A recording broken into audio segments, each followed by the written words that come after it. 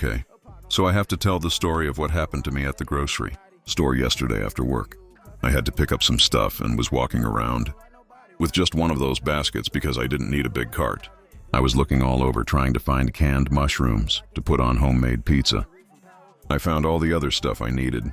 Anyways, I noticed an older woman, probably in her 70s, looking at me. Didn't think much of it.